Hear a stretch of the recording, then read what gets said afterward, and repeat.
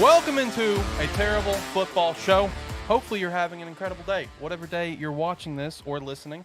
Whether if you're watching this live at youtube.com/SparkE3, we appreciate the hell out of you. If you're watching this after the fact at youtube.com/SparkE3, we appreciate the hell out of you. Or if you're listening on one of the multiple audio platforms that we're on, we also appreciate you, but we wish you'd watch us live. But it's okay if you can't. We understand. Join with me. We do got Shane here on Discord. Shane back after being gone last week. Shane, how you doing? How you feeling? We missed you last week, man. How you doing? Pretty good. Just chilling, Chilling, ready to get into stuff, ready to get after it. Thanks, Steve. Shout out to Steve in the chat. Appreciate you, bud. Absolute legend. No Ricky this week, but of course, filling in his spot is the ever so handsome and beautiful Josh Pillow, ready to chime in whenever he needs to, and jump into the conversation, have a great time with his beautiful faces. So last week, of course, we did AFC predictions. We're going to be doing NFC predictions this week. No Ricky this week, just because he's going to be officiating a football game. So he'll be chatting next week about his first time officiating a football game and how that went for him. So that should be a pretty fun conversation. We also have the first AP poll for college, going to kind of react to that, as well as do preseason overreactions, underreactions on multiple headlines coming out of the first week of preseason. It's preseason. There's always going to be overreactions, but there could be some underreactions. I don't know. You never know what will come out of preseason. I'll never forget when Victor Cruz went off in week 4 of the preseason versus the Dallas Cowboys as some random dude. He went off in like the third and fourth quarter with like the third and fourth team, and he went on to be a Pro Bowler. I mean, so you never know with the preseason. Shit could pop off anytime. If you could, subscribe to the channel, be a friend, tell a friend, drop a like on this live stream video. We'd definitely appreciate that. As well as go check out Rogue Energy with the referral link down below. You can use promo code SparkE3 for 10% off or Razor3 for 10% off as well. And make sure to join the Discord, because with the Terrible Football Show, we will be taking live callers. If you join the Discord, we'll have the things pull you up on the show, chat with you real quick. You ask us a question, give your thoughts on something that's happened or with your team or whatever, and we'll chat about it. I think that's it for the main sponsors. I can hit everything else later on in the show. So I'll start turning things down for now with the music here, and we can go ahead and start jumping into stuff. So I guess right off the bat, let's go ahead and throw this out here, because Shane just threw it out to me before we started. Malcolm Butler, cornerback, he went back to New England. He is now on IR. So shout out to Patriots fans there. Patriots is one thing that we will chat about here today in terms of our overreaction, underreaction segment. So I got an IR placing there. So obviously T's and P's there. With the Zach Wilson situation, not a torn ACL. So definitely a big shout out to that one. He will be back in 2 to 4 weeks, but we got some things to chat about with that one as well. It's going to be an overall pretty good show. Shane, you ready to hop into it? You ready to chat some college ball to start things off? Or you got anything on your mind that you want to shout out first? No, I'm ready to get into it. I'm always excited to talk about college first. I know you are. That's why I got it first thing on the show for you. I got you. I thought of you this week. I was making the script. I'm like, I got the AP. Let's move the AP poll to number 1. I know Shane wants to dive into this. The first AP poll. Those are always super fascinating to look at, especially the ones where it has like multiple people's rankings, and it's just a large bracket, and you just look at it and like they put who in the top 5? They put who in the top 5? These things are always very interesting to watch, but of course AP is the most notable one and the most important one. So coming to number 1, Alabama, to no one's surprise there. Number 2, Ohio State. Number 3, Georgia. Number 4, Clemson. All right, well, I'll give my thoughts on that one in a minute. Notre Dame at 5, Texas A&M at 6, Utah at 7, Michigan at 8, OU at 9, Baylor at 10. Do we just want to roll through the whole 25, or do we want to break it up and talk about top 10 first and then kind of keep going? Yeah, I think we can just roll through it and then kind of break it up afterwards. Okay. Number 11, Oregon. 12, Oklahoma State. 13, NC State. 14, USC. 15, Michigan State. 16, Miami. 17, Pitt. 18, Wisconsin. 19, Arkansas. 20, Kentucky. 21, Ole Miss. 22, Wake Forest. 23, Cincinnati. 24, Houston. And 25, BYU. Okay, so Shane, looking at this top 25, what are some immediate takeaways that you have, good or bad? Like, what are the first things that stick out to you on this list? Me right now, I think Georgia's going to be good, of course, but I think them being top 3, understand they're national champions, and they're the team to beat, right? But with how much they've lost and not really knowing how guys are, back, because I mean, you got to think they lost their first and second team basically defense. Mm-hmm. True. So that's kind of questionable to me. Would I keep them in the top 10? yes. Probably a little higher, probably in the 5 to 8 range. But 3, I think, is a little too high. I can understand like the argument with it, but that is Texas A&M. Of course, I will never agree with that. Always Because overrated. as I've said, as I've said on the show before, like they pay millions and millions of dollars just to go 7-5. So it is what it is. OU and Michigan, I think those are also two questionable areas being in the top 10. Especially with the drama with OU. Michigan losing so much, especially on the defense side of the ball with their top two pass rushers gone. True. I think that's kind of questionable. I like the Baylor spot. I honestly would have put Baylor a little higher. I would have as I would well. probably switch them with like Texas A&M, put them in that 5 to 8 range as well. Um, hold on, sorry, I just saw chat. Hey, you shut your mouth when it comes to Michigan. Hey, He's I a said Michigan. nothing Yeah, bad he's a about Michigan guy. Michigan. Yeah. He's And don't get me wrong, I like Michigan. They're probably in my top 3, 4 teams in college because I have a half brother that went there. I have ties there with family and stuff. I like Michigan. But I'm just saying from a football standpoint, I don't think they should be in the top 8, not knowing what that defense is. Um, Now, and how would then would you accept like if they just got ranked at 10, for example, just right there at a nice 10 spot, or would yeah, you even? I think the 10 to 12 range is a good spot for Okay, them. okay. Um, I think I would probably place them at 10. I would probably place Texas A&M in the like the 12 to 15 range. Um, uh, like I said, some minor differences. Again, Notre Dame going back up to the top 5. Notre Dame's kind of a question. Clemson's kind of a question. But again, like the ACC's weak. So, um, Oh, that's a stab. if Michigan is 10 and Arkansas is 26, but see, I would understand Arkansas being at 26, and I mean I'll talk about that Yeah. once we get there. But other than that, in the top 15, that's pretty much it for me.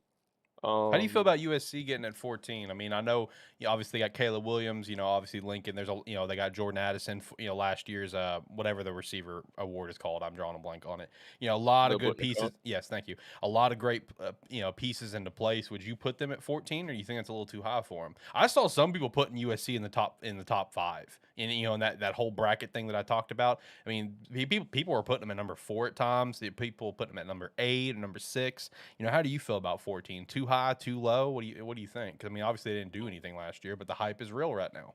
Yeah, I mean I think if you just look at the raw talent on that team now, yeah, you can question them that they are a top 10, top 5 I agree. team, but it just goes back to like Michigan and Texas A&M.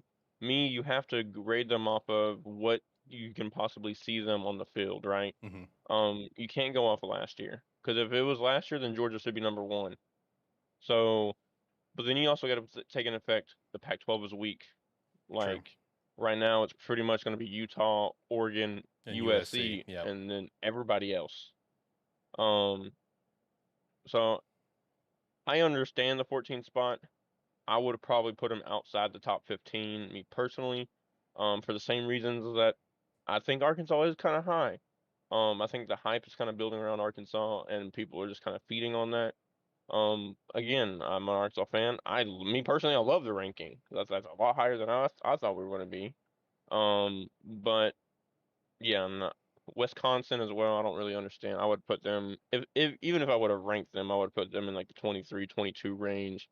Miami, I would have actually had them higher. I think they're just better put together. I would put them probably just inside the top 15. So really, honestly, if you would have switched USC and Miami, I think that would be good spots. I like Michigan at 15. Kentucky, based on what they have coming back and what they did last year, I know I just kind of contradicted myself with that, but because they do have so many returning from last year, I would honestly put them a little higher. I would probably put them in 17-ish range. And then backing out of the top 25. Wake Forest was losing their quarterback, which I know we'll probably talk about Yeah. if we didn't talk about it earlier. I would have dropped them out of the top 25 with losing him. Um, Cincinnati, too big of a question mark to me to be in the top 25. But then I again, I get like it. it because it makes the matchup week 1 for Arkansas a little bit better. Right. But I that's do. pretty much all I I have to say. get why they're in the top 25, but at the same time, you know they're going to get knocked out immediately. Week 1, they're going to lose to Arkansas. Cincinnati's going to be knocked out, and it's going to be if they get ranked again, it'll probably just be in like the 20s or something. You know, by the time the season's done. I mean, I get why they're up there. You know, like for me, I I question heavily Clemson and Notre Dame. I mean, I look, I do get it. It's Clemson. It's Notre Dame. Like I understand. I get it. I get it. I just think they're horribly. I think honestly, 4 to 6 is so stupidly overrated that it's laughable. You know, to a hilarious degree. I like Utah in the top 10. I feel like people are. You know, Utah is a force to watch for. I'm just gonna say it right now. Utah is going to be an absolute, monster. Michigan, Steve, I'm with Shane on this one. I wouldn't have put them at 8 personally. I feel like they lost too much on the defensive side of the ball. I think 10 is a good spot. OU, kind of the same thing. I probably wouldn't have put them in the top 10 either. I like the coaching hiring they did at OU. I love Dylan Gabriel at OU. Love that, but I would not have put them. Baylor deserves to be in the top 10 above OU and Michigan. I'm sorry, Steve. I'll make it up to you next time I see you. But man, I'm telling you, I think Baylor should have been in the top 10 above those two, 100%. I would even argue that Oklahoma State needs to be above both Michigan and OU. I would make that argument legitimately. Now, out of the whole top 25, obviously Miami being at 16, I think that's a little high for us. Well, I think we are going to be a very good team this year. Obviously, last week not last week, 2 weeks ago, I actually had them winning the ACC with how things played out. So much for that prediction. That prediction, how I had it playing out really, aged poorly because I had Wake Forest going to the championship on their side of the division. Obviously, that's not going to happen now. Sam Hartman being out is a massive blow, and obviously, whatever is going on with Sam Hartman, obviously T's and P's. He's an absolute stud of a college quarterback. We don't know why he's out. It's just a medical reason that's off the field. So that tells me it's pretty serious. So obviously T's and P's on that front. But I feel like 16 is a little high for us. I think it's fair that we're ranked. I do. But I think 16 is a little high. I think 20s would have been more fitting for us. But the one ranking that I absolutely really love on this whole thing is I love the respect to NC State at 13. I love that a lot because, like, even talking about the ACC a couple weeks ago, the only thing that they really lost was Akeem Ikwanu at tackle, which that's a big loss. That's your starting tackle, yeah. But like they still got, I think his name's Devin Leary. I know Leary's his last name, but I think Devin's his first name. Dude balled out last year. He upset Clemson, pulled off some other upsets. I think NC State is legitimately going to be, I think they're going to be a threat this year in the ACC. I love NC State being at 13. I think that's awesome. Wisconsin, I question that as well. Kentucky at 20, I understand it. I think they're going to move up very quickly. I think Kentucky is going to be something to watch for personally. I like Will Levis a lot at quarterback, besides the fact that this man puts mayo in his coffee. That shit is. Yeah. Look, listen.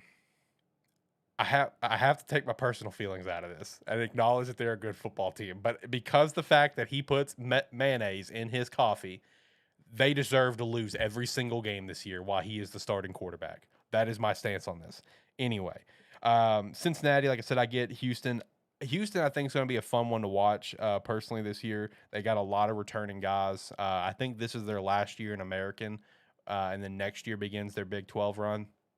So I'm looking forward to seeing what they're going to do this year. BYU, I've always thought was overrated. They were overrated when they had Zach Wilson. They were overweight. They're overrated last year when they got up as high as number 10 and then got their shit wrecked when they actually started playing good teams. They're just an overrated team to me. A couple teams that I think I understand why they didn't get looks. I get it completely. But a couple teams that I think didn't should have maybe made that 25 spot over BYU is either like San Diego State or UTSA. I think both of them could have made an argument because they both got a lot of returning players, minus San Diego State obviously losing the punt god Matt Ariza, who bombed like an 82-yard ball this weekend. That was insane. I saw that. Insane, absolutely unbelievable. I think one of those two teams could have made a real argument for that 25 spot over BYU, in my opinion. But again, I mean, I get it. I get why BYU's there.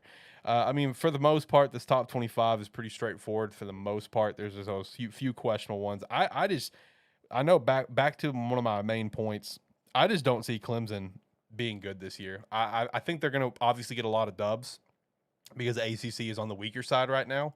So they're going to get a lot of dubs, yes. But I I just think they're horribly overrated. Now, if Dabo pulls the same thing that he pulled when it came to Trevor and Kelly Bryant, was that the other quarterback at the time? Yeah. Okay. If he pulls the same thing that he did then and puts DJ, I got this. Ukulele. Damn it, you didn't let me have it. Sorry, I had to take it. I had to take it. I had to redeem myself. Fair Tyler enough. always gives me shit Fair about enough. mispronouncing names. I had to take one. Shout out to Tyler. But if he pulls the same thing and he benches DJ for like this other freshman they brought in, I think this is his freshman year. I forgot his name, but he was a stud in high school, almost like another Trevor Lawrence. Like if he pulls that same maneuver, Clemson could potentially go on a run. But as long as DJ is the starting quarterback, I think they are horribly overrated. DJ has shown me nothing in college that he's a great college quarterback. That's just my opinion. Notre Dame remains overrated to me. I don't think they'll be in the top 10 for very long. I don't know their schedule off the top of my head, but I don't think they'll remain in there very long. But I mean, the gentleman in chat, you said his name is Steve. Yeah. Right. Okay. Going back to Michigan real quick, man. If you want to talk about it, that's fine. I'm always up to hear discussions. I'm sure Alex is too. Why don't you hop into Discord, have a quick chat about it? I think he might be rating right now. He might be rating right now. He mentioned that earlier when I saw him at one of my stores that I think he's gonna be rating. But I mean, yeah, he's in our Discord. Anytime you ever want to hop in and chat, all you gotta do is just hop in ATFS guest queue, and we can pull you up into the show. And that goes for everyone else listening. Make sure to join the Discord. The link should be in the description below. Yeah, it is. Yeah, just join the Discord. It's free for anyone to join. You can invite your friends too. It's all good. Join in, and you can maybe hop on a call sometime with us and have a good time. Shane, any other thoughts you want to shout out with the AP poll? If not, we'll go ahead and hop over. Yeah, I'm pretty comfortable with what we've discussed, so I'm ready to go on to the next. Hey, not much longer, baby, and we'll get Man, college football back. It's like 18 days or something like that. Yeah, I'd have to go back and get the exact. I know date. it's 18 days until the first Razorback game. So yeah, it's not far, man. We're almost there. All right, let's hop over to preseason, week 1, overreactions, underreactions. I got a few notable storylines I feel like coming out of week 1, and we'll chat about these on if it's an overreaction or an underreaction. All right, so the first thing, and shout out to Steve. Me and Steve were actually just chatting about this earlier. Kenny Pickett, man, he balled out this weekend. Is he a guy? Is he the guy? Is that an overreaction, underreaction? How you feeling on it? I think it's a bit of an overreaction. Don't get me wrong, me and you both were very high on Kenny Pickett at college, but a preseason game, I think it's just too early to say, man. Like, don't believe me, I would love to say that this is completely accurate and that he is a guy and he is the guy, he's going to be the guy, but don't get me wrong, he played a great game, had a game-winning drive, his first ever game in the NFL, regardless if it's preseason or not. That's still very impressive. But I want to see him in the regular season playing against top talent, playing 110% every single down. And then I'll make a judge on that. But I think at the moment it's an overreaction. Considering the team that he was going up against at the time, I think it was this was like third and fourth quarter stuff, right? I can see what you're saying by it's an overreaction, but the one thing that I will agree on when in terms of like he's the guy, because this is what me and Steve were chatting about just earlier today. He just was very comfortable, and that's the main thing. Is he was very comfortable, adjusting to that NFL game. Again, I know it's not the first team, but the point is he was comfortable in the pocket, comfortable making the throws and making plays. So in that sense, I can see where people are saying he's a guy. And I was impressed by that, the fact that he was comfortable making a lot of good throws. Same thing with the other receiver that they drafted, George Pickens. He looked very good on the field as well. Very aggressive. He got a nice TD. He looked very comfortable. Yeah. Which I was actually calling this guy to potentially be a bust, even though he was in the second round, just because there was some baggage, but there was a reason he fell, is what we were following on draft day there. But I think both Kenny Pickett and George Pickens showed a lot of impressive flashes, and I'm looking forward to seeing more. I don't know when Kenny Pickett will take over the reins. I don't think it's going to be quick. I genuinely don't, because at the end of the day, like I think it was, me and Ricky talked about this last week. You got to keep in mind who is at the helm. That is Mike Tomlin, bro. He's not about to throw Kenny Pickett in immediately unless there is literally a giant raging fire all around him. I think Mitchell Trubisky is going to be the starter, and I think he's going to remain the starter for majority of the year, if not the entire season. It just depends. I know, he's saying week 5, which I just don't see it happening with Mike Tomlin. I really don't. Mitch and Mason are going to have to play awful, and I mean awful, to get Kenny Pickett in very early in the season. At least that's how I see it personally. Now, the next one that we have, another quarterback here, Desmond Ridder. A lot of conversation that this dude's a guy because he had a game-winning TD. Is that an overreaction, underreaction? Because to me, that is one of the most overblown overreactions out of this first week, because that was an absolutely terrible ball. And if that would have been against first team, no doubt, even if it was first team Lions, no doubt that would have been an interception. That was a terrible pass. He just got lucky. Like, I think saying Desmond is a guy is horribly overreaction, especially since Marcus didn't play bad. Marcus played pretty well. He did what he had to do, sort of vibe. What is your? Yeah, exactly, Steve. A guy. People are calling Desmond as a guy, bro. That pass to win the game was so bad. Shane, what's your take on that as well? Because it was so bad of a throw. I won't say too much on it, but no, I'll just say I agree, because that ball was, Horrible. I mean, Easy pick if it was first it was team. bad. It was real bad, bro. He got lucky. I mean, don't get me wrong. You also got to give him some credit. He did it great by shaping the pocket, Yeah, true. buying some time, but he basically just closed his eyes and threw it up. He did. It's like a fucking someone's out there. Yeah, he said, "Hey, someone's in, red, white, and black that I can throw to down there." So exactly, bro. And honestly, if anything, it's more on the receiver for actually looking for it and coming back to the ball rather than it was on Desmond Ridder. So why aren't we talking about the receiver being a guy at that point then? Right. I mean, damn. Yeah. Speaking of receiver, one conversation that's been kind of chat about quite a bit throughout camp, and even this first game, the little bit that he got to play because he did leave with an injury, is that Drake London though is looking like a fucking stud. And I've been on this horse since before even last college season over, that Drake London was going to be an absolute dude. All right, do you think that's an overreaction? Because to me, that's an underreaction. He's going to be a dude. We need to hype this guy. I'm already ready to book Offensive Rookie of the Year, Drake London. I'm ready to book that on Betly. I don't remember what the odds were. It was a plus, and I'm ready to book it. I think the Rookie of the Year is a little overreaction. Oh, come on now. Who else would it be?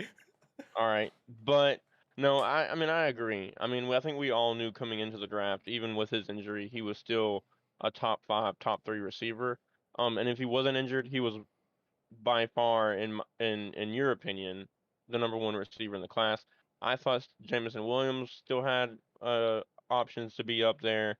But no, I mean, I think we all know that. I mean, Atlanta knows who they drafted. They know he's going to be a guy. He's going to be a force to be reckoned with that Atlanta offense, helping out Mariota or whoever their quarterback might be. So, I mean, no, I don't think it's an overreaction or an underreaction. I think they hit it right on the head. They know who they got. Yeah, I love it. I don't, and I want to bring it back. I don't think it's an overreaction to say Rookie of the Year, because who else would it be for offensive rookie? That is, who else would it be? I mean, if Kenny Pickett happens to come in and start early in the year and balls out, then yeah, I mean, actually quarterback, what love. I mean, there's no standout running backs besides potentially Breece Hall, but I think the Jets are gonna be terrible, absolutely terrible. I mean, I'm telling you, man, Drake London. I feel like for this year, because of how the running backs and the quarterbacks were for this draft, I think it's going to be a receiver winning Offensive Rookie of the Year. It could be Drake London. I feel like does have the best chances. It could be Chris Olave down in New Orleans.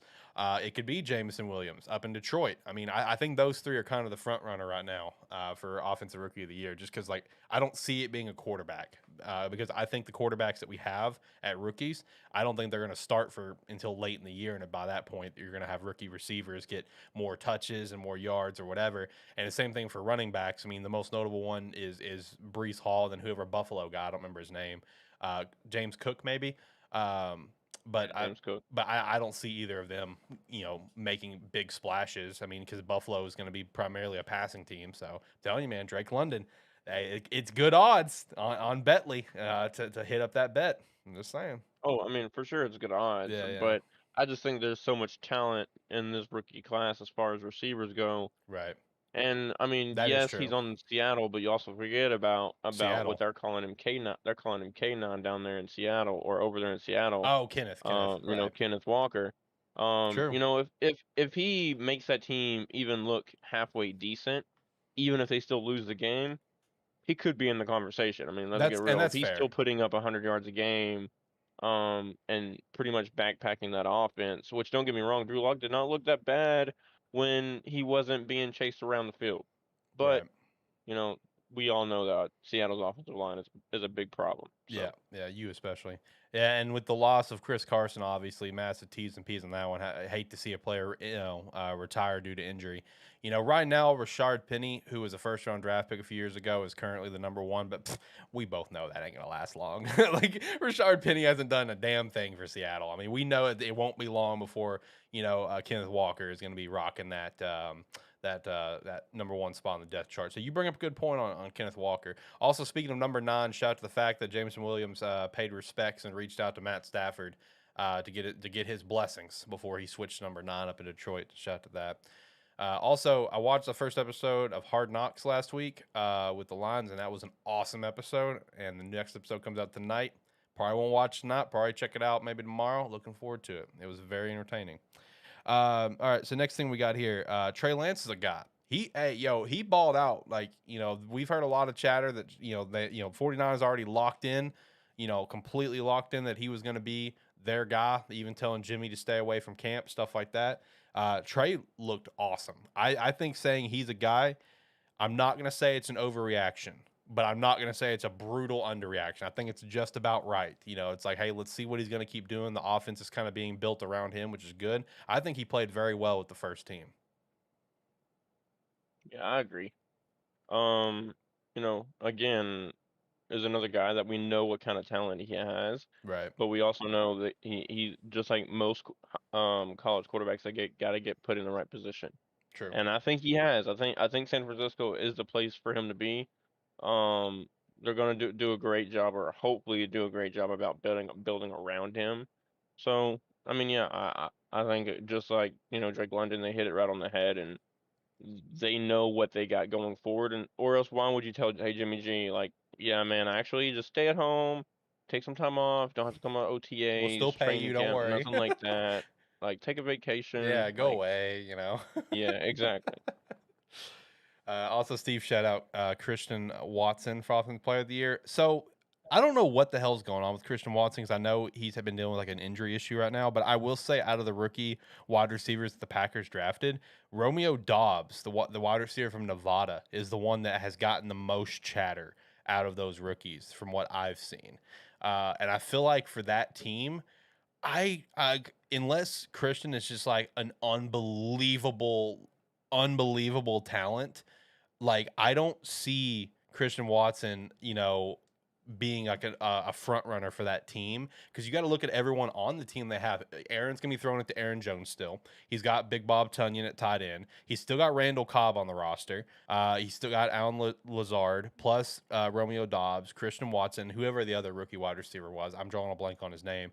Amari Rogers, who they got a year or two ago, wide receiver from Clemson. I feel like he's gonna be throwing the ball all over the field. It's gonna almost look like, in a sense, what the Patriots offense used to always look like before, like Tom had that set target with Randy Moss is when it really kind of started. And then after that, he got like Gronk and Edelman and stuff, where he just threw the ball to everyone. You know what I mean? Just to make stuff. I think that's what we're gonna see out of Green Bay, which is not a bad thing because I mean you got to think about when they went to the Super Bowl, who was his wide receivers? Jordy Nelson, who wasn't bad at the time, and at the end of his career, Donald Driver. He didn't even have Randall Cobb yet. Randall Cobb was drafted in 2013 after that Super Bowl. So this could be like a repeat sort of offensive situation as it was in 2012 for the Packers, where he just has a lot of weapons that he's utilizing at one time, could be a very big thing because you look back at, I think it was actually the playoff game they just lost. The only people that got a lot of receptions was Devontae and Aaron Jones. That's it. No one else really got any receptions. Um, Show me a better back shoulder duo than Jordan. I mean, that's true. Jordy, I mean, look, Jordy was good for that stretch. I will not lie. And it could be the same thing here where Alan Lazard could be good for that stretch as well. For the coming up this year. I think I think Devontae leaving, even though he's one of the best receivers in the league, I think it could actually be a good thing for Aaron in that offense because he's going to be able to air it out more to more people. Plus, a lot of good talent that they just picked up. I know it sounds crazy to say because it's Devontae freaking Adams, but I'm just telling you, you look at that playoff game and those stats where it's just Devontae and Aaron Jones getting all the receptions. Please tell me I'm try to tell me I'm wrong. Did that not look like a damn Madden game where you're just trying to get one guy some stats? Is that not what that looked like?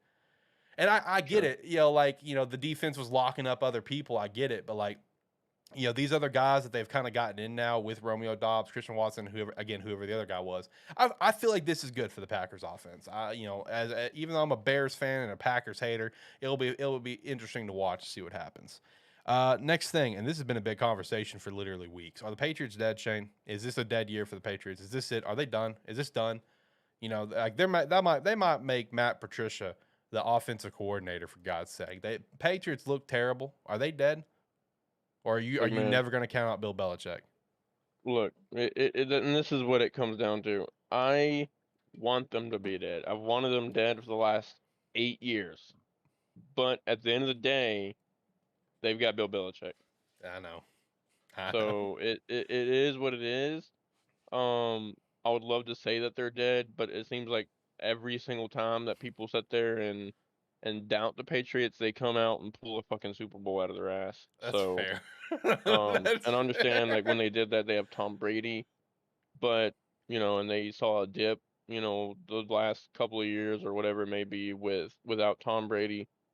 But you still got to think they still have Bill Belichick, they still have a system that they run, they still have a lot of players that know that system really well. But yes, me personally, I would say they're dead. But I think they're dead again, for like this I year. said, yeah. I think they're dead for this year while they figure out what the hell's happening with that offense. You know what I mean? They don't have an offensive coordinator. There could be 4 different people calling offensive plays. While they're figuring that out for this season, I think they're dead. 5-12, I could see it. I could see a 7-10. I could see a few different records for them. What did I have them going? Let me pull up my records from last week. I had them going 7-10 actually. Yeah, I had them going 7-10. I think they're gonna be. I think they're dead this year. Next year, I'm not gonna say they're dead. They're not dead permanently. They're just dead for this year. And then the last couple that we got here from the preseason, which both involve the same game. Number one, Watson looked terrible, and I mean terrible. The few passes he threw, horribly overthrown, bad passes. But on the flip side, that Jags first team D looked great. They held the Browns first team to 7 total yards offense in 3 drives, which include forcing a fumble and 2 punts. So the 2 things, Watson looking terrible, overreaction, underreaction, and the Jags first team D looking incredible, overreaction, underreaction. I think for Watson, that's an underreaction. I think he did look legitimately very, very bad. And for the Jags first team D looking good, I think that's also an underreaction because they made a lot of moves this offseason. I think at the very least, this D is going to be very. I think the Jaguars, like me and Ricky Bo were talking last week, I think they're going to shock some people this year. They're not going to be great. Let me stress that, but they are going to shock some people. What about you? Yeah. No, I mean obviously Watson looked bad. No reasons behind that.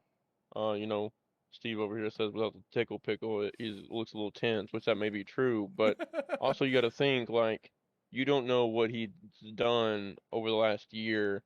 That he hasn't played football. Right. And even if he was sitting there in training and stuff, he couldn't be with the team, so he wasn't playing at the NFL speed for an entire year. Um, so it could be rust. So I'll It cut him could some be. slack. I'll cut him some slack there, but you know, and if that is the case, then he's really got to work at it because I think honestly, the NFL is finally going to do something right, and we'll have that year-long suspension. But I know we'll talk about that later. Yep. And as far as the Jags defense, no, I don't think it's an overreaction at all. That the defense looks good. They spent a lot of money for that defense. They I mean they reached Trayvon and for Devin Lloyd. Trayvon and guys like that. So maybe Shad Khan finally did something right. We'll see.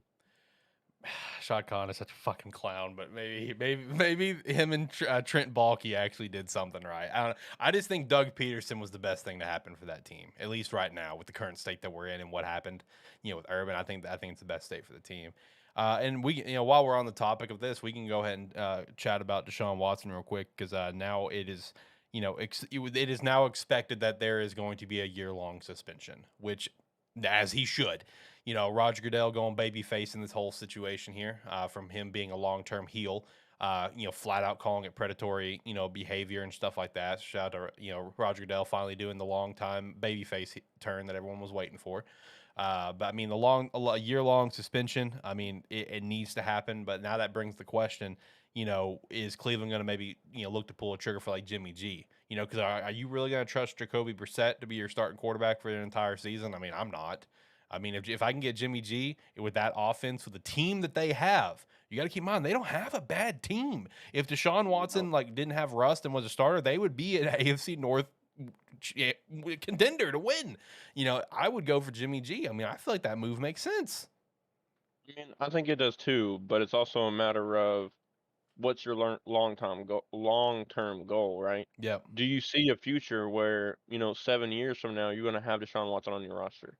That's a fair point. If Well, so, in their mind, yes. then I mean, obviously in their mind, yes. But you also got to think like me personally. I think Jimmy G deserves a starting spot. I think he I do too. deserves a chance There's no to way he's not try a and top stay 32 quarterback.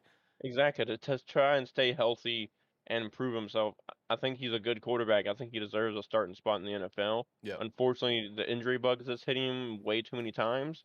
To where if you're going to bring him to Cleveland, what are you going to do? Sign him to a year deal, 2-year deal, and then trade him? Basically. And that's smart, I guess. But you honestly, in my opinion, that's what you would have to do because you can't keep him on the roster as a backup quarterback behind Deshaun. It just can't happen because you can't have a situation like you do in Carolina when you're paying a backup quarterback $19-20 million. That's true. Sammy with that 19 mil. Meanwhile, Baker's rocking a nice 9 mil. Yeah. Yeah. This is ridiculous. No, if they end up getting Jimmy, it would be a one and done. I think Jimmy would obviously understand that as well, and he would probably want that. He'd want to move on, get a chance to play this year. Showed is still a guy, not like a superstar guy, but just a nice starting quarterback, a game manager, and get a chance to go somewhere else next year because there's going to be spots next year. I mean, I think Houston's going to be a spot next year. Washington will be a spot next year. I think the Giants will be a spot next year. Just off the top of my head, I mean, honestly, I think Carolina will be a spot next year, even potentially, because I don't see Baker and Sam remaining with that team. Just because I fully believe Carolina is going to be garbage this year, and I think Matt Rule's going to be fired before the season's over. And when this new regime comes in, they're not keeping either one of them. They'll obviously have Matt Corral, who's on a rookie contract, but I think even Carolina could be in the quarterback market next year for a vet. I think there's a lot of teams that would be in the market for a vet quarterback. Now, the real kicker on all this is if Jimmy G went to Cleveland, for a year or whatever, did his thing, showed that he can play, and then the next Takes year him to an AFC championship or some shit. yeah, and then the next year goes down to Tampa after Tom retires again. That would be some shit. that would be some shit right there. That'd be a dude. hell of a storyline, dude. It would be. Okay. Are you ready to hop into predictions? Yep. All right. I feel like I need to stand up for this one, so we're going standing mode, boys, because I looked at my predictions just now, right, and I noticed one of them, and I'm now questioning what was wrong with me. Because in hindsight, I don't think that's accurate, but it's what I have. So we got to go standing mode because this is about to get a little heated. Maybe, I don't know. We'll see. We'll start things off with the NFC North: Packers, Vikings, Lions, and Bears. I do have Ricky's as well. Let me go grab Ricky's real quick because I'm really upset that Ricky's not here because he told me up front that he had some spicy takes, and boy, does he have some spicy takes. All right, so the first thing on he's got the Packers winning it with a 12-5 record. I can see that. That's a record I could see. He has the Bears going 11-6. Ricky, next week we got to talk. Like I need your full logic. All he said is that he has a feeling that Justin Fields is a guy, which could be, but that's a high record, man.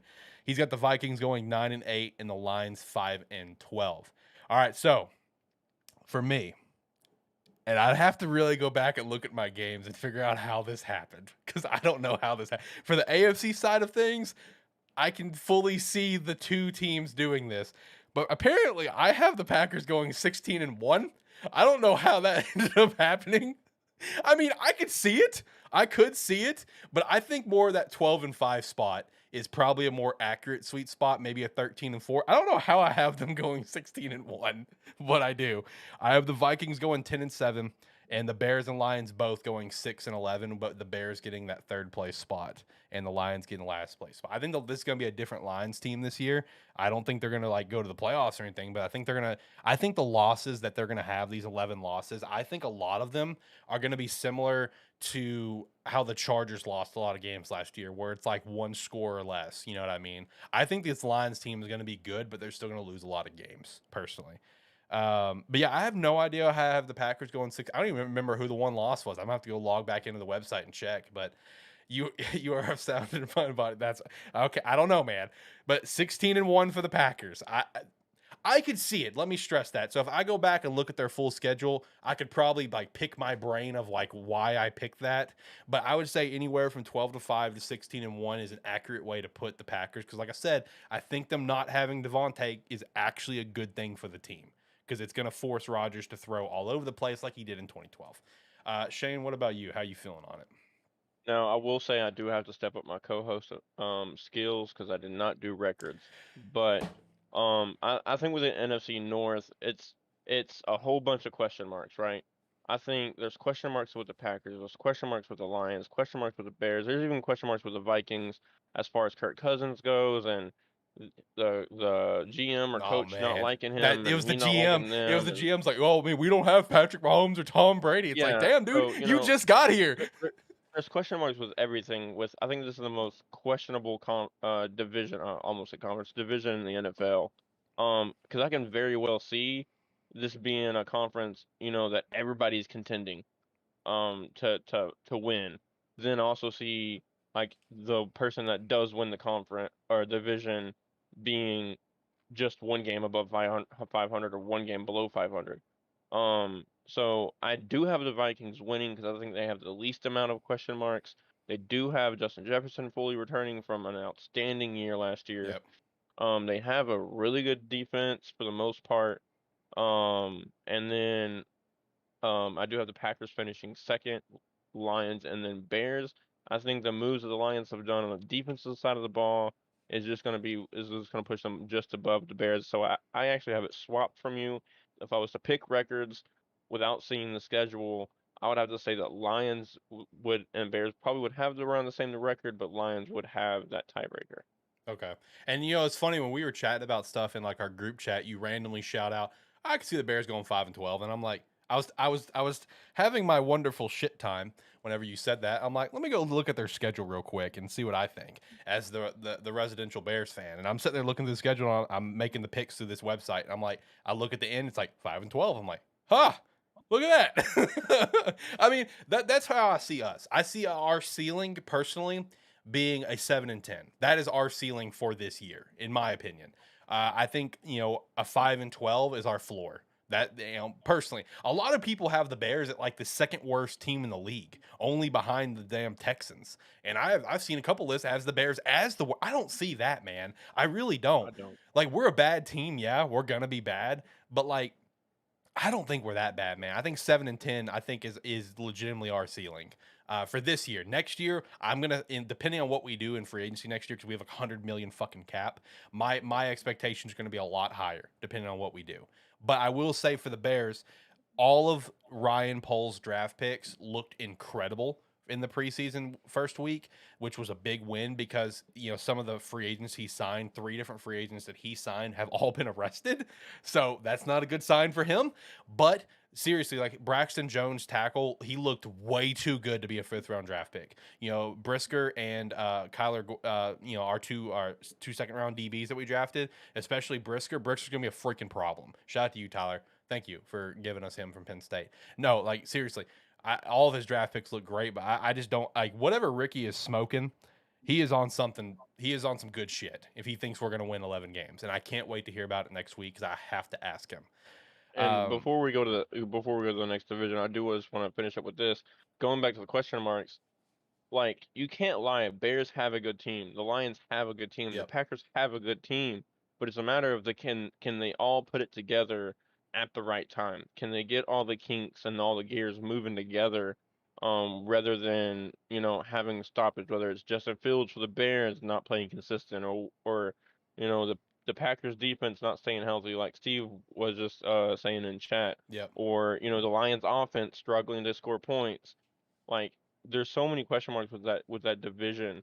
But if each of those teams can, or whoever gets it to link up the quickest, will win that division. I agree.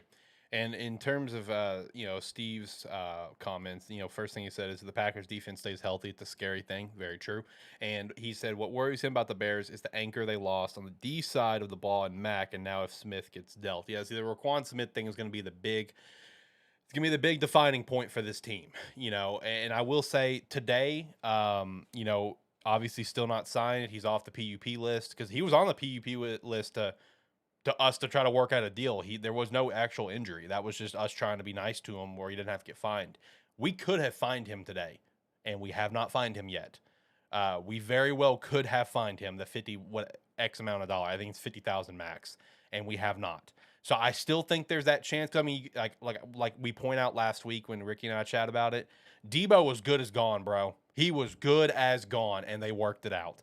So I think Roquan working out could still happen. Does it hurt that he's representing himself? It might because he's trying to get over 20 million a year, which no shot. Shaq Leonard and Fred Warner are both getting 20 a year as the 2 best middle linebackers in the league. That's fair points. That's very fair points. But Roquan potentially wanting 22 mil a year. Let's pump the brakes a little bit. I think 18, 17 mil a year is fine, but I don't know. We'll work it out. Next up, NFC South: Bucks, Saints, Falcons, and Panthers. All right, so for Rickies, I think this is somewhat fair across the board. There is one glaring thing about this that is a little, in my opinion, way too low. I don't think they're going to be good, but it's way too low in my mind. Ricky has the Bucks going 14-3. All right, yeah, I can see that. Falcons going 6-11. That's a little high for me. And he has the Saints going 5-12. That's, in my opinion, too low. He also has Carolina going 3-14, which I could see that as well. Me personally, I have the Bucks going 13-4 as well. I have the Saints going 8-9 in Dennis Allen's first year. I have the Falcons going 4-13 and the Panthers 2-15. I think the Panthers are going to be very bad this year. Very, very bad this year. I think the Saints are going to show flashes. I do. But I think not having Sean Payton will expose them at times. I genuinely believe that. Shane, how are you feeling on this South? I mean, I think it's pretty clear cut that this is the Bucks division to run away with. Yeah. Yeah. I think it's clear and above. If anybody says that it's anybody other than the Bucks right now, they may be off their meds. And that's the reason why I kind of lean back, because I don't have to really think about this too much. Nope. The way you have it in our script is the way I have it. Bucks, Saints, Falcons, Panthers. Yep. Um, Now, you know, let me ask you that because you agree to that where Panthers is dead last. How close do you think the Falcons and the Panthers are going to be? Do you think the Falcons are going to kind of get a little bit of a gap on the Panthers? Because I mean, I think both are very bad teams this year. I think the Panthers are just worse. Like I mean, my record, like I said, was 4-13 and 2-12. So that's a 2-game difference. Do you see it being about the same, or do you think the Falcons could get maybe a few more wins? I think it just depends. I think it depends on. I think the difference right now is the Falcons know who their quarterback is, right? They know it's going to be Marcus Fair. Mariota. There. So I think that makes a huge difference. As far as the Panthers, they don't know. I mean, it could be fucking Sam Darnold. It could be Baker Mayfield. It could You be could Matt throw Matt Corral. Corral in there. They You could don't go know. back and get PJ Walker. They can fucking go Get to Cam Newton Canada and again. get somebody. Like who They could fucking put knows at this Christian point? McCaffrey at quarterback. Yeah. So where they're gonna bring his brother from. I think he plays for. Matter of fact, I think his brother plays for Michigan right now, doesn't he? Who? Christian McCaffrey's brother, who's Maybe. a quarterback. Tyler, you're in the chat. Fact check that for us. Yeah, Shout please out to fact check Tyler. it. He Like just tuned they in. may just try to just reunite the McCaffrey family at this point. Yeah. But yeah, I think it could be close. I would probably put it like 3 games or so Okay. separating the Falcons and Panthers. But I think the Falcons right now, because they know who their quarterback is, it's gonna help them. Gotcha. Next up, NFC East: Cowboys, Eagles, Commanders, and Giants. So one little tease that Ricky kept telling me last week is that he thinks the Commanders are going to be absolutely awful, like bad. And even Steve was telling me that earlier, and I can get on that train where I see them being pretty bad. There are some glowing points to this team, I feel like. So for Ricky, he has his Cowboys naturally. We them boys. Hang on, let me actually let me do this. We them boys. Change the little voice effect there. He's got them going 13-4. He's got the Eagles going 12-5. He's got the Giants going 4-13, and the Commanders 1-16. Ooh, I could see them being bad. I have them as a bad record, but one game, dang. For me, I got the Cowboys winning as well, 12-5. I have the Eagles going 10-7, Giants 4-13, and Commanders 3-14. I think the Giants and Commanders both are going to be very bad. I genuinely do. The only thing that's going to give Commanders some wins is going to be that defensive line. That defensive line is nasty. But after that, it's just like, what else do they have on the whole team? Yeah, they got Terry, but then they have Carson of how well he's going to be. We'll see. They've got a couple nice pieces on that roster for whatever the next regime's going to be. But I think this will be Ron Rivera's last year in Washington, personally. Which I love Ron, but yeah, I'm a fan of the Commanders. They showed glimpses last year that at times that defense can be very good, very smothering. But it's a matter of, can they stay consistent? Can the offense stay together?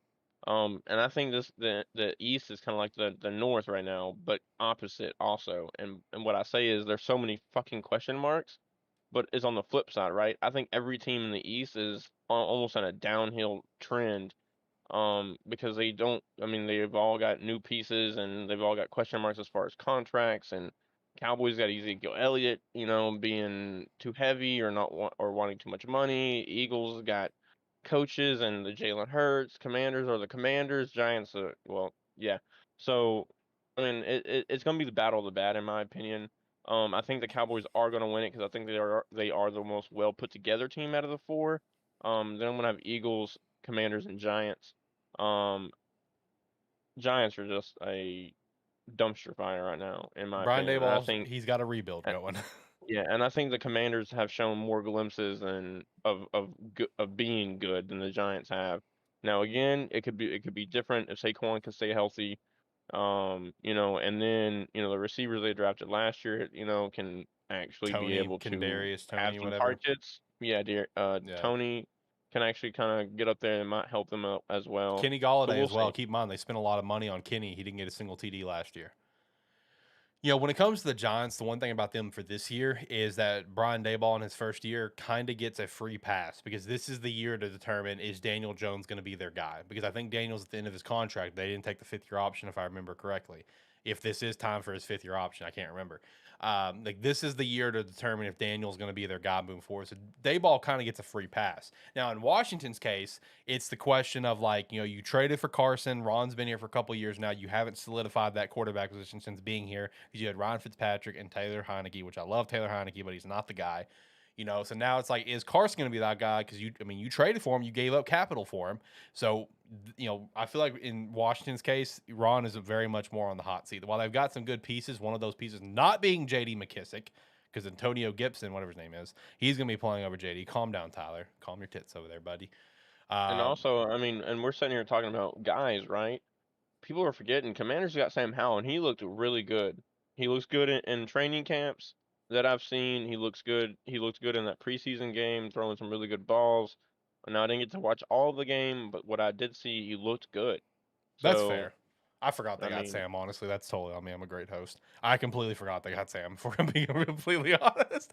So, yeah, I yeah, mean, if Carson ends up breaking both of his ankles, like Steve said, which is totally possible, I mean, he sprained both in the same damn play, then, hey, Sam Howell coming in there and being a stud. We'll see, which I would love to see. I like Sam. I liked him at North Carolina. I would love to see him, take it to the next level, but I don't know. We'll see. I think it's going to be obviously a two-way race. I feel like, the Cowboys go to the Eagles week 6, I think, on a Monday night game. I think that game and then, their rematch at the end of the year, that's going to ultimately decide who's going to win this contest. I think Jalen Hurts looked great in the first preseason game. Again, I know it's preseason.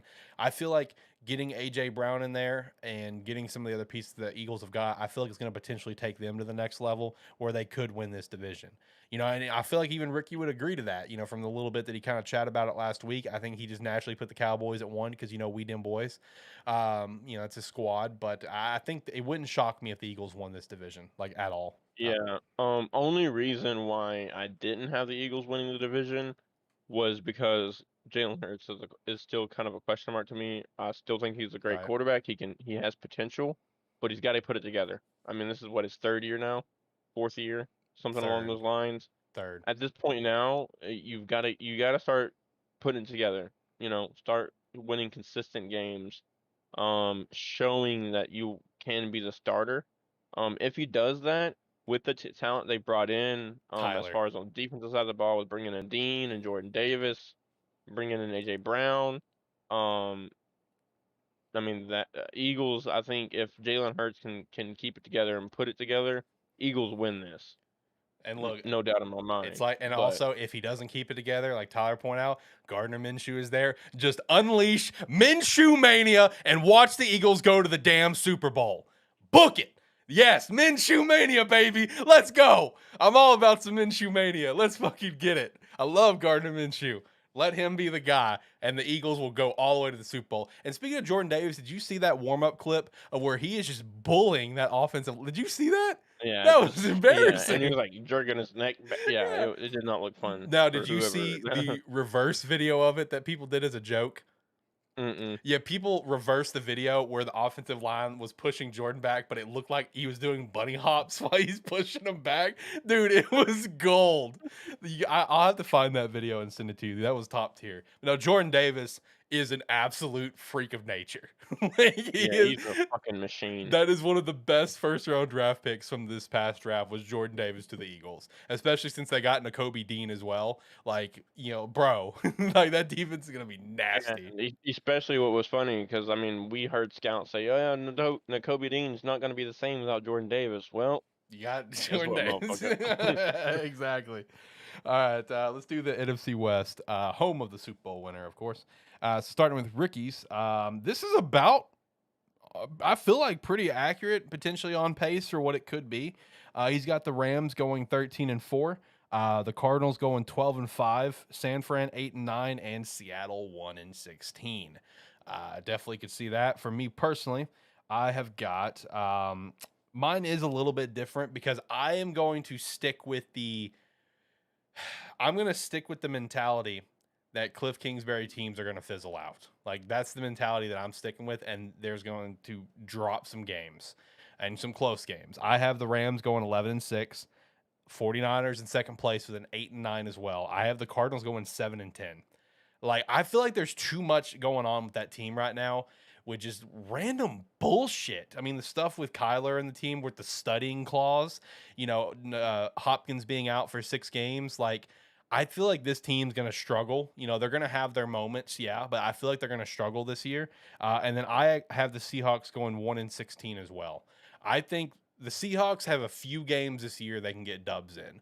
They play the Jets, they play the Giants, the Panthers, the Texans, and I think Washington.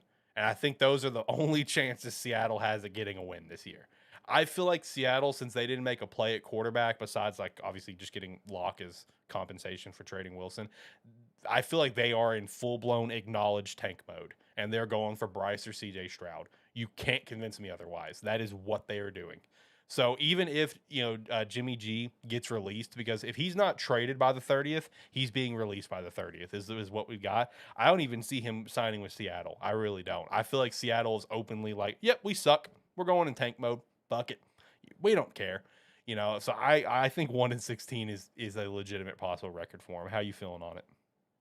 Yeah, I mean, I think this is just as about as clear cut as the South is. I think the Rams are, even with losing the pieces that they lost, and then Andrew and getting, OBJ being the main um, ones. yeah, I mean, it's clear and cut. The Rams are going to win the division. I think we kind of agree Seattle is going to be the bottom. I mean, the bottom of the bottom. I mean, they may be even underneath like the bucket because they fell through the bottom. True. Um, and then Clear the cut number one pick. Cardinals can't stay consistent. They seem like they just, like you said, fizzle out. Yeah. And the 49ers, they're just a big old question mark as well. As far as Trey Lance, I think that running back cast is still a question mark in my eyes, just because they could not keep the running back group healthy last year. And more, and keep in mind, Morster, whatever, he's down in Miami now too. Yeah. So, and then, I mean, I know they got Debo back, which helps the 49ers significantly. I will tell you this, if they weren't able to sign Debo back, They'd be I worse. I probably would have put them right there next to Seattle and maybe going 1 or 2 games above them. But I think it's going to be the Rams far above everybody else. And then there's going to be Cardinals and 49ers kind of fighting for that second spot. And then, the Seahawks aren't even going to be there, unfortunately. Like I said earlier, they're probably going to burn a hole through the bottom of the bucket. Now, So. for the Rams, do you see them having Super Bowl slump vibes? Because, like, even though we both have, all three of us have them going winning records, I have them having Super Bowl slump vibes. Because, like, I feel like losing Von Miller I don't think was a detrimental loss because they still got freaking Aaron Donald at the end of the day. And honestly, them getting Bobby Wagner, I'm sorry. I would take Bobby Wagner in the middle, running that middle over getting another pass rusher with Vaughn. That's my opinion personally. I would take Bobby any day of the week as a stud middle versus another pass rusher like Vaughn. I think OBJ was losing them kind of I think it does hurt because of how much he just came alive with the Rams, but getting Allen Robinson's good, and they never really solidified that left tackle spot. After Whitworth retired, and now Stafford's apparently dealing with a nagging injury in his throwing elbow that he'll probably deal with all year long. Like, do you really see them having like a massive slump throughout this year, but still just coming out on top because of other circumstances? Yeah, I mean, I think they'll be far and above. Um, I think they're gonna run into some walls, I guess you could say. Right. I can see them making the playoffs, of course. They're gonna win the division, like I said. But I don't see them even making it to the conference championship. Me personally, if I was to pick somebody right now, it'd have to be the Packers, Vikings, or Bucks are probably my top 3 favorite teams in the NFC. And honestly. Probably, I mean, of course, the Bucks is the easy one, but if I was to negate the Bucks, I think honestly the Vikings is a team to beat in the NFC. Really? Right now, yeah. I mean, I'm go ahead. I'm very high on the Vikings, and I know I didn't necessarily Stress go it. with them or against them in the North, but I think the Vikings are the team to beat. I just think, I mean, they just play so well, and then the next game they just throw it all away, and then they play so well, and then they throw it all away. I think if they can figure out the consistency, the Vikings can be there. But I mean, of course, I mean, like I think we all know it's probably going to be the Bucks again, to be honest. Bucks and Packers probably. Yeah. I think Tom Brady's wanting to just throw a real big middle finger to Adam Schefter. So That's you know, true. No, okay. So with the Vikings, and Steve is just losing his mind right now. With the Vikings, like we chat about this months ago, that the Vikings are so much better on paper than people are giving them credit for. Like legitimately, like people shaft, Kirk Cousins because of his inconsistency and him not being primetime Kirk and stuff like that. But like, bro, you look at his stats and he's actually a really good quarterback. Like they just have like these random fucking slumps that just make them garbage. But like, who knows? Maybe Kevin O'Connell is going to be the one to unlock this team and take them to the next level. Plus, they have like Dalvin Cook, Justin Jefferson, Adam Thielen, etc. Like, I mean, I think the Vikings could be a run. I don't know if I'd say team to beat in the NFC, but I would definitely say a team to watch for massively. Like I would call them a massive like dark horse for the NFC in my opinion. In terms of like overall at the top of the NFC, I think it's just Packers and Bucks are the main. I think the NFC Championship will be those two this year. Just real quick, I'm gonna kind of interrupt. Kirk Cousins last year, 16 games played, 16 games started, 372 for 561, 4,221 yards, 7.5 per average, 33 touchdowns, 7 interceptions, which is his lowest since his second year in the league. He's only sacked 28 times, so that shows his offensive line is keeping him up. Compared to, him being sacked 39, 40, 41, 42 times the last 4 years. Um, Quarterback rate 103. Okay. I mean, he put up good numbers. Yeah. It's just that So, I those mean, random games of inconsistency. But like, like even, Steve point out that, yeah, Kirk's a guy, but it's just, I do see Steve's point because it's like Packers or Bucks, but I mean, I think the best way to kind of describe the Vikings is like they're going to be a scary dark horse team, like a team that people are going to initially like at first glance write off to because to they're going to me, look at the Packers or the Bucks, but the Vikings are going to be the one that could shock a lot of people. they're like the Chargers in the AFC. They're a very, very good team on paper. They just got to figure out how to win. And it would not surprise me that the Chargers somehow pull out an AFC to get to the AFC Championship, or at least are right there in the top three. Just same way with the Vikings. It will not surprise me if they're right there. Fair, fair. Uh, I need to really catch up on some chats here that I missed earlier. So after our glorious Minshew Mania talk, Steve's predictions for the NFC West was Rams 14-3, Cards 11-6, San Fran 7-10, Seahawks 2-15, all very valid. Tyler's saying Cliff's gonna be fired. Seattle going 1-16, Pete getting fired also. Cliff gets fired for sure. Pete retires. Not proud, get Stroud. I mean, fair enough. New model of Seattle fans. Steve also agrees with you on San Fran. Huge question mark in the backfield. And that's also a great question on Debo. Does Debo have the same impact, though, now that teams kind of know what they want to do with him? That's a great point, especially since Mike McDaniel is not there. I know, Kyle Shanahan's the head coach and like this offensive mastermind, but Mike McDaniel, man, he was the guy that really ran that offense in terms of that run game and stuff. And we're seeing that in Miami with the people that he's brought into Miami. So that is a very good point. That is a very good point. Alan Lazard getting 1,300 yards and 10 TDs this year from Tyler. Tyler is also saying Packers on 5-12. Tyler, you were out of your fucking mind. What is wrong with you? You are on a whole different level right now, my guy. My gosh. What you're drinking. In terms of playoffs, the 7 spots for me, how it worked out. Number 1, of course, Packers with that record. Number 2, the Bucks. Number 3 would be the Cowboys. Number 4 would obviously be the Rams. And then the remaining 3 would be Eagles getting the 5th seed, Vikings getting the 6th seed, and Saints getting the 7th seed.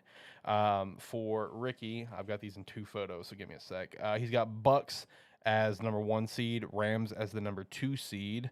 Number 3 seed, he's got Dallas. Number 4 seed, he's got the Packers. The number 5 seed, he has the Cardinals. And the number 6 seed, Eagles, and 7 seed, the Bears. With that record of 11-6, he's got the Bears making the playoffs. I just don't see it. There's no shot, bro. I'm telling you, our ceiling is 7-10.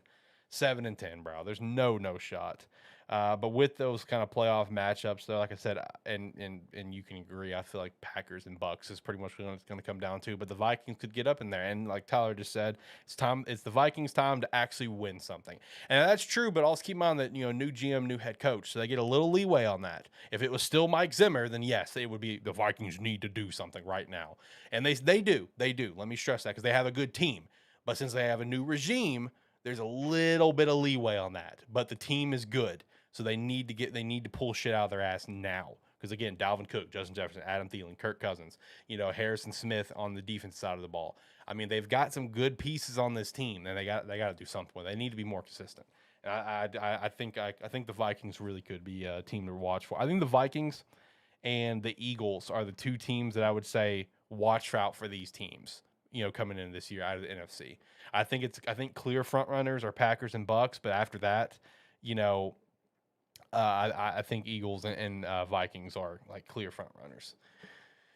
How are you gonna say Kirk Cousins' stats when he's in the same division as AR-12? I'm just baffled. Tyler Off said did enough to not get fired for too long. I mean that's Mike Zimmer for you.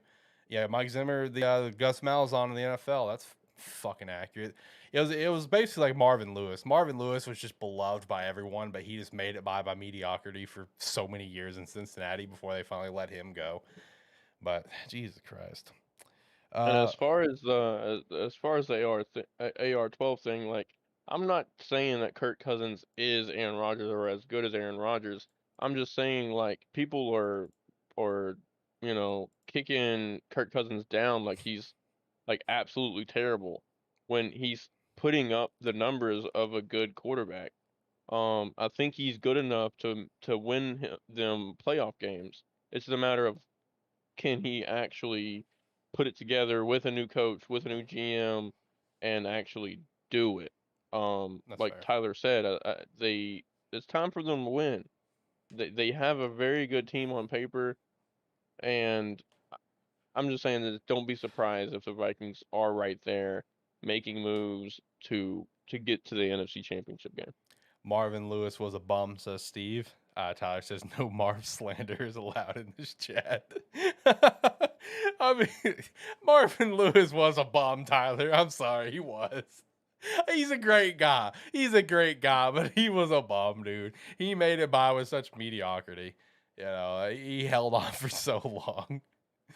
Had no backing in Washington now. I mean, that is now he brings up an amazing point, and it ties into what, you're saying, Shane, by everyone's like knocking him as like this terrible quarterback. He has had no backing. Like Washington didn't back him, barely. They half-ass back him. And now Minnesota up till now has not backed him. And even the GM's not backing him. But I think Kevin O'Connell is. I think Kevin O'Connell is all in on Kirk Cousins. So there seems like a little bit of disconnect there with the GM and head coach. You know what I mean? So it's going to be interesting to watch in Minnesota. It really is. Because, Shane brings up a great point where it's like fans, the league, news, people in the news or whatever, they all just bash Kirk Cousins like he's freaking Ryan Leaf. Like, legit. That is how he's portrayed, that he's a terrible quarterback or just like such a subpar quarterback when he's actually pretty solid. I mean, I would put him easily up in like the top 15 of quarterbacks in the league. So over half the league, he's better than, in my opinion. Like, I don't know. It's going to be interesting to watch when it out of, Minnesota personally. Shane, any other thoughts on any NFC predictions? If not, I feel like we can probably wrap up the show, honestly. We kind of hit everything we wanted to hit. We already hit our 2 quick hits there, Zach Wilson and Deshaun. So I feel like we can probably start working our way out of here, I think. Yeah, I agree. Real quick, Steve says, as a Packers fan, I will say this: if the Vikings back Kirk, then they will win the North and lose in the playoffs, but they emerge as a team that they should be. I agree, and I can see that. Yep. But all I'm saying is, like, right now, I think if he comes out and starts winning these if he goes 4-0, 5-1, in the beginning of the season, you can kind of start seeing that team build around him and gain momentum. And I mean, yeah, I mean, are they the team? And I know I said earlier, are they the team to beat? But um, I mean, they can be right there. And as far as the Packers, I just don't know how it's going to be without Devontae Adams. I think right now his receiving core is probably better overall because like through the widespread of the entire core, but who's going to be that guy, right? Who's going to be his Jordy Nelson? Who's going to be his Donald Driver? The guy that when it's crunch time he can count on. That's true. Who's going to be that guy? Could be Romeo Dobbs, man. He's making some noise, so that'll be exciting to watch personally. It's not Zach Wilson, it's Zachary Milson. That made me laugh there. Shout out to Tyler. Packers defense stay healthy, and Big Bob is to form the pack. Huge wins this year. Yeah, if Big Bob comes back in strong form, you know, he's going to make some big moves, but it is all about that defense. And give Dobby a sock. There you go. All right, well, I'm going to hit the music, Shane. I know you can't hear it, but last thoughts. We're going to work our way out of here. Well, I'm excited for football, dude. We're so close. I mean, I know we got preseason going on right now. Unfortunately, I haven't been able to really watch any of it. But, man, football's back, and I'm ready for it. Yeah, me too. Me too. Just a few weeks away. We're so close. No special segment currently planned for next week. You know, the past 3 weeks, we've been just doing all predictions. So we'll see what happens next week. We'll see what we're feeling. We should get Ricky back next week. That'd be exciting. Shout out to Josh Pillow for standing in, looking beautiful as ever, as per norm. Shout out to Shane, of course. Shout out to Steve and Tyler for coming in and chatting with us. Whether if you're watching this after the fact or listening to us on one of the many audio platforms, we appreciate the hell out of you. Make sure to subscribe to the channel, be a friend, tell a friend. Check out like Rogue Energy. Use their referral link down below. Use promo code SparkE3 to get 10% off, or Razor3 to get 10% off as well. Join the Discord and you can come chat with us on the show. Give your thoughts on anything. You can come in, call us an idiot. Let's have a conversation. Let's talk about it. Let's have a great time. I think with all that said, we can now leave on this. Shane, I don't know if you want to try it with me, or do you just want me to just do the outro and just get out of here? Or how do we want to do this, man? Ricky tried last week. I give him props. He tried. I can try it, but okay. I mean, I am hearing a slight delay. Okay. But, you know, at the end of the day, it is a terrible football show. Exactly. Probs. So, I mean, if it's bad, it's bad. So Yep. let's roll with it. All right. Well, thank you so much for listening to a terrible football show. Football show. Close enough. Let's ride, baby.